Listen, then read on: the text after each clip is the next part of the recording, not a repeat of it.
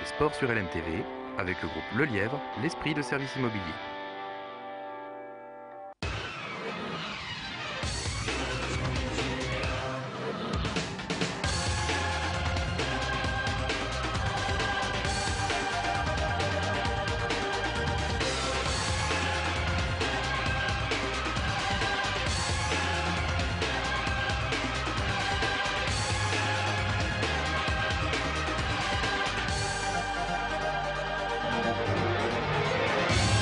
Ravi de vous retrouver toutes et tous pour ce nouveau JT des sports. Voici sans plus attendre le sommaire de ce lundi 9 février. Football, pas d'électrochoc pour le MUC 72.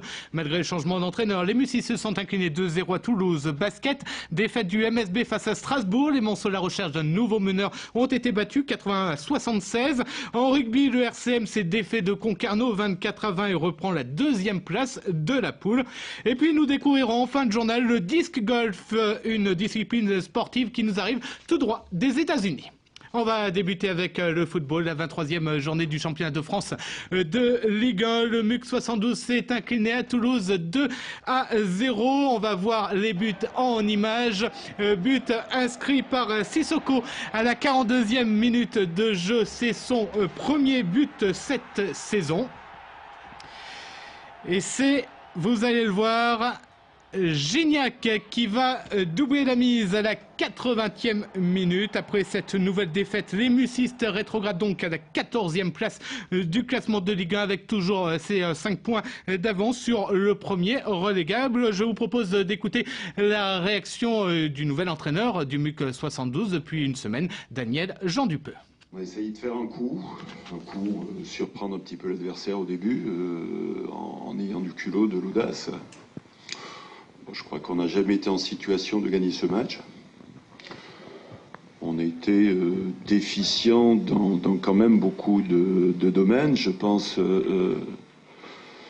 dans la première mi-temps, j'ai réussi à réveiller une certaine énergie. On a vu du culot, on a vu de l'allant, on a vu une équipe qui essayait d'aller devant.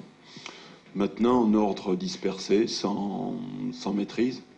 Je pense que le cœur y était, mais pas la tête, avec une équipe quand même qui manque de sérénité, mais ça on le savait. Et puis d'autres résultats, on va commencer avec la CFA. La réserve du MUC 72 a concédé le nul 0-0 face à Luçon. Les Monceaux toujours 8e de leur poule. En CFA2, nouvelle défaite de La Flèche face à Dives, équipe également en lutte pour le maintien. Les Fléchois se sont inclinés 1-0. Ils restent avant-dernier de leur poule. Et puis en deuxième division féminine, mauvais week-end puisque là aussi il y a eu une défaite, celle des Moncelles face à Bischheim, 1-0. Le MUC féminin qui conserve néanmoins sa deuxième place au classement. On va enchaîner avec le basket. Ce samedi, les Monceaux se sont inclinés face à Strasbourg 80 à 76 lors de la 17e journée du championnat de France de Pro A. Retour en images sur cette rencontre avec des images signées Amoun Chamsoudine.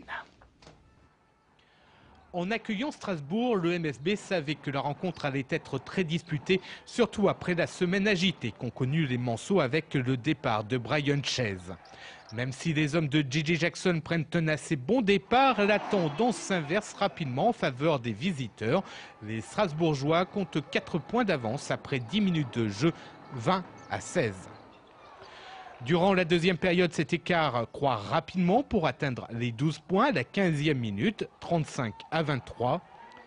Mais Spencer connaît une belle réussite qui relance quelque peu son équipe. Les Monceaux regagnent les vestiaires avec 5 points de retard, 42-37. Mais un homme va de nouveau faire basculer la rencontre. Rush enchaîne les tirs primés. Alors que la défense du MSB connaît bien des difficultés, l'écart gonfle de nouveau en faveur donc de Strasbourg, 65-49 à la 27e minute de jeu. Les Monceaux tentent bien de réagir, profitant des quelques erreurs de la SIG. Ils reviennent à 3 petits points à 1 minute de la fin de la rencontre, mais il est trop tard. Le MSB concède une nouvelle défaite, 81-76. En défense, on n'a pas réussi à faire ce qu'on voulait, c'est-à-dire empêcher leurs intérieurs de nous faire du mal à l'intérieur. Et par rapport à ça, ils ont été vraiment en réussite et dès qu'on venait aider un peu trop à l'intérieur, ils ressortaient la balle pour les extérieurs qui étaient bien. et ça explique l'écart final. Dès quand on était fatigué, on manquait de lucidité. Donc notre jeu partait dans tous les sens, et on manquait de structure par rapport à ça. Et je pense qu'il faut qu'on trouve un meneur assez tôt, histoire de pallier au manque de Brian, parce que sinon ça va être dur. Antoine Dio a pourtant produit du très bon jeu, aucune perte de ballon, 6 passes décisives, 6 points inscrits en 35 minutes. Reste au MSB maintenant à vite trouver un nouveau meneur. Les choses en tout cas semblaient bien engagées dès samedi. Et au classement, eh bien, sachez que les Monceaux sont désormais 4e avec 4 points de retard sur les 2 co-leaders Orléans et Villeurbanne, le MSB qui se rendra à Vichy ce week-end. On va enchaîner avec le rugby, la division d'honneur, et on va revenir sur la victoire du RCM qui a battu la Lanterne Rouge Concarneau 24-20. Une victoire difficile malgré la bonne première période des Monceaux qui ont inscrit 4 essais menant 24-6 après 45 minutes de jeu avec tour à tour du Hayet, Graton et Garnier à la finition pour les Monceaux. Mais les visiteurs reviennent grâce à 2 essais transformés. Essai de Trivine à la 50e minute de jeu et de Bono à la 55e. On va écouter la réaction du capitaine du RCM, Thibaut Compère. Après une première mi-temps bien maîtrisée, je comprends pas, j'explique pas pourquoi. On a craqué, on n'a rien fait, on a pris 20 points en deuxième mi-temps. Là, je comprends pas, mais bon, la victoire est là, c'est le principal. On enchaîne les victoires. L'objectif de fin de saison, c'est de finir 2e, donc petit à petit, on y arrive.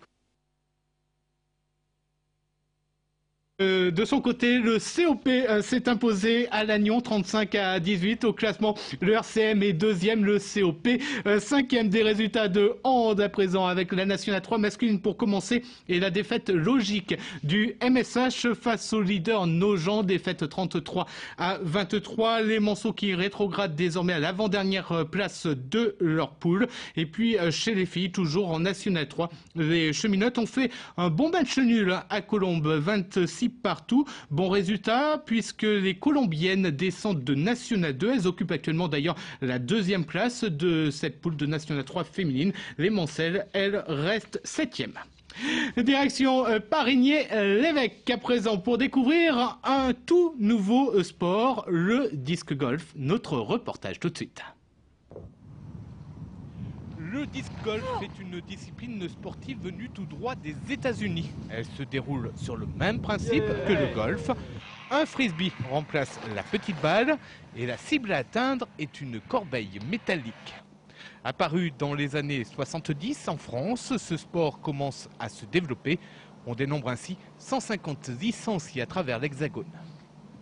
Ça commence à grossir, ouais, parce qu'en fait, les gens découvrent une activité qui est très très vite accessible. Puisqu'en fait, il suffit d'un seul disque et puis d'y aller, quoi. C'est très peu cher, les grands, les petits peuvent y jouer, enfin, c'est vraiment très accessible. Tout comme un golfeur dispose de plusieurs clubs, un disque golfeur doit avoir avec lui divers disques, chacun ayant une spécificité qui lui est propre. Il y a différents frisbees en fonction du tir qu'on veut exécuter. Il y en a pour tirer dans la corbeille à l'arrivée, il y en a pour driver au départ, etc. Il y en a qui tournent plus à gauche, plus à droite. Et après, le plus difficile, c'est bien sûr d'acquérir la technique pour exécuter à chaque fois le même geste, afin de parvenir au mieux à adapter son mouvement pour réussir à marquer et à s'adapter en fonction des obstacles. Le club des Mangisques est né il y a environ 1 an et compte déjà une dizaine de licenciés. Un club qui dispose désormais de 3 parcours, de 9 à 18 trous, des parcours à Parigny-l'Évêque donc, mais également au Mans et depuis une semaine à Coulennes, juste en face du club des Trois-Vallées. Et on va terminer cette édition des sports par du tennis et la victoire de Jo-Wilfried Tsonga.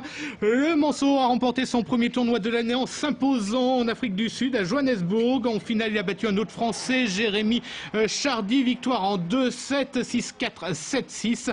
Jo-Wilfried, 13e joueur mondial, participe cette semaine à un autre tournoi, le tournoi de Rotterdam. Et voilà donc pour cette édition des sports. On se retrouve évidemment pour un nouveau JT des sports lundi prochain, même lieu, même heure. N'oubliez pas MUC Express vendredi à partir de 18h45. On vous dira tout sur la réception de Nice lors de la 24e journée de ce championnat de France de Ligue 1. Merci de nous avoir suivis. Excellente semaine à vendredi.